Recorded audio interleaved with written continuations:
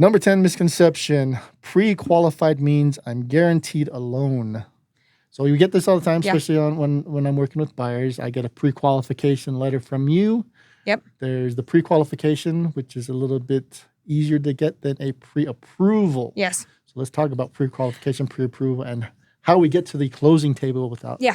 So we'll get this frequently with people where it's, I'm already pre-qualified. Well, what does that mean? And so I'll start talking to clients. I said, well, did you submit any documents? No, I didn't submit any documents. Okay, that's going to make a difference. Because again, we talked about income. What does your income actually look like? What is actually qualifying income? So a pre-qualification is based off of the information you tell whoever pre-qualified you. They don't do any additional research. You take it at face value, which is fine. But it can lead to disappointment. No. It can lead to transactions that don't work. It can lead you to looking at houses that you actually aren't qualified to purchase. And I'll tell you what, if you're looking at a house that costs $500,000 and then you're told your budget is $300,000, suddenly these houses that you would have been happy with in the 300 range because you're like, sweet, like I'm getting into this house, I'm really excited. You don't want because you were looking at houses that were $200,000 more expensive than that. Yes. So a full pre-approval is going to be full pre-approval is we're doing a hard credit pull. We're doing a hard credit pull. You've submitted your income statements. You've submitted your 2 months of bank statements showing your down payment. And we've ran what's called AUS or an automatic underwriting system on you and on your credit profile. When we get a yes on that, we know you're golden. Yeah. This loan is going to close. We know exactly what we need to do to make this loan close. It's good. We've actually went through this with our last. Yes, with our last client. Yeah. Real quick though, so when you're filling out those applications, it's very important to be very honest with it. I mean, it's easy to kind of exaggerate a little bit because I really want this house. I made a little bit more than I'm actually doing, or maybe you got a bonus or overtime this last month, and so you're going to call. You're say, "Hey, I made a ton of money last month." Again, the 24-month average is what we're looking at. So it's very important to, first of all, be honest on those applications. Yes. It's only going to hurt you if you're not. Yeah, and it will hurt you. Yeah. It will frustrate me. Yeah. It will frustrate. But again, the buyer. It puts you, the buyer, in a really tough spot. Yeah. Again, I do whatever I can because again, you have one where it's like, oh, I had no idea. Yeah. This was going to get pulled up, and I've seen in more due diligence. Yeah. Which is why I don't love pre-qualifying people. I like to pre-approve. Let's talk about the pre-approval. So on our last transaction, I had a client, a buyer. We both had our client that fell in love with this home. Just loved it. I mean, she was like, this is the place. It was a little bit more than they wanted to spend, but they still qualified for it. But it was a new construction home, and Holly matched the fees they sent, or the incentives or whatever. She was just as good as the builder's lender. So go to Holly; she'll make it work. But anyway, so but the builder didn't want to qualify him. Well, the builder didn't want to qualify. Yeah, so the builders. Well, that's another thing too. They're the builder's lenders. The builder's lender didn't qualify them. They said we can't. Holly's do this. like, why? I qualified them. Anyway, so we went to Holly. She matched all of them. She did qualify them, but they wanted $10,000 down payment, non-refundable within 3 days. Yeah. So each builder's different. Not all builders do this. Each builder has their own way of doing things. This builder that they chose was an excellent builder. Yeah. A great builder. Beautiful home. Top of the line builders. Yes, love it. Top of the line finishes. I mean, one of the top builders. So, but they want $10,000 down, and it's non-refundable in 3 days.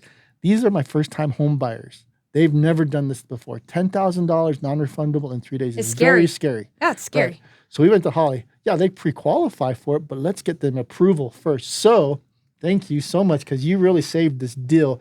You went out of your way to talk to the builder's agent and say, hey, this is what's going on. My buyers, first-time home buyers, this is scary, $10,000. We need to get them pre-approved first, and it's going to take more than 3 days to get this done. need documents from the buyers. We need to verify everything. So you went and you verified everything. I mean, maybe you can talk a little bit better about this. We went one step further than a pre-approval. We actually sent them to underwriting. Yeah, yeah. And so we sent them, I wanted to make sure we weren't going to have any issues that came up with X, Y, or Z. Because again, I'll get AUS approval, but that doesn't mean, again, AUS, automatic underwriting systems, I'll get approval on that. That doesn't mean an underwriter isn't going to dig into it. So I wanted to give the underwriter everything and say, okay, you dig into this now. Which they did. And kick this back. And once you kick it back, I want to see what you're kicking back to me and make sure we can overcome it. Because again, $10,000 hard money is scary. Yeah. And so we wanted to make sure that what they were kicking back was workable. Yeah. And it was. And you did. And your underwriter did kick it back with some with conditions and we did that. And we adjusted it. And now the thing I want to clarify this also with the so we took more than 3 days to get them the $10,000. Not every situation is going to be like that. So don't think that you can just get away with not putting down payment. We're in a market right now where builders are trying to get rid of homes. Yes. They're having a hard time getting rid of homes. So they were okay letting that 3-day period. Yeah, because no one was on the hills purchasing. Yeah. Now, if we're in a different market, if we're in a seller's market where homes are just flying off the shelf, they're going to say no. We can't do that, right? Yeah, which again is then being prepared as a buyer. Right. And okay, I know we want to do this. We're going to have this all taken care of ahead of time. And which is another reason why you buy right now, because you can get these kind of deals in situations where it's going to be in the buyer's interest to do it now versus waiting. Yeah, so, absolutely. So yeah, that was a great thing. That was, you really pulled that deal through, and I've been a big Holly fan ever since then. Well, so yeah, it was. And you were really excellent with also reaching out to the clients and really putting them at ease of what's going on, because they were up and down this roller coaster the whole time. It's an emotional thing, and we will have transactions that are so smooth, and people are like, you don't need to use. I don't need to use an agent. I don't need to use a lender. This is so easy. And then be careful with that. And then you're like, wait a minute. You don't realize how much is going on the back end. There's a lot. There's a lot that's happening to make it work. There's been many times where I'll go into a deal going, this is going to be one of the easiest ones I've ever done. And all of a sudden it just completely flips and there's different things going on. There's other times where I'm like, this is going to be a tough one. And it ends up being okay. Yeah. So every situation is different. That's why you got to have the experts, someone on your side, making sure you get the best deal and they're going the right direction. Yeah. And again, they literally, we work for you. Yeah. And I think that's we don't get paid unless you get the place. So I'm like, here's the thing with a lender and a broker, you can pull out, say something happens with this house and you decide not to purchase it. And I worked on this loan for a month, or I've been talking to you for 3 months. You can pull it out with no repercussions, right? Like, I don't charge you. Yep. I don't say, hey, actually, I've spent this many hours with you. So just don't do it though.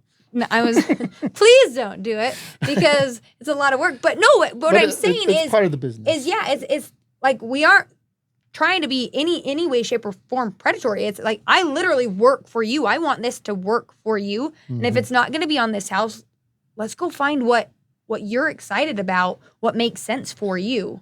Well, not only do I want to work for you, I also want to make a good name for myself. I don't want you to say, I had a terrible experience with him. Yeah. I'm using someone else next time. I'm going to refer to someone else next time. No, I want you to make sure you had the best experience. We want you to make sure you had the best experience and that you're happy that you worked with us. Yeah, and that you're in a place that you feel happy about, that you don't have regrets, that you don't, 6 months down the line be like, oh, I didn't understand this. I'm so frustrated that my lender didn't talk to me about this. My agent didn't talk to me about this.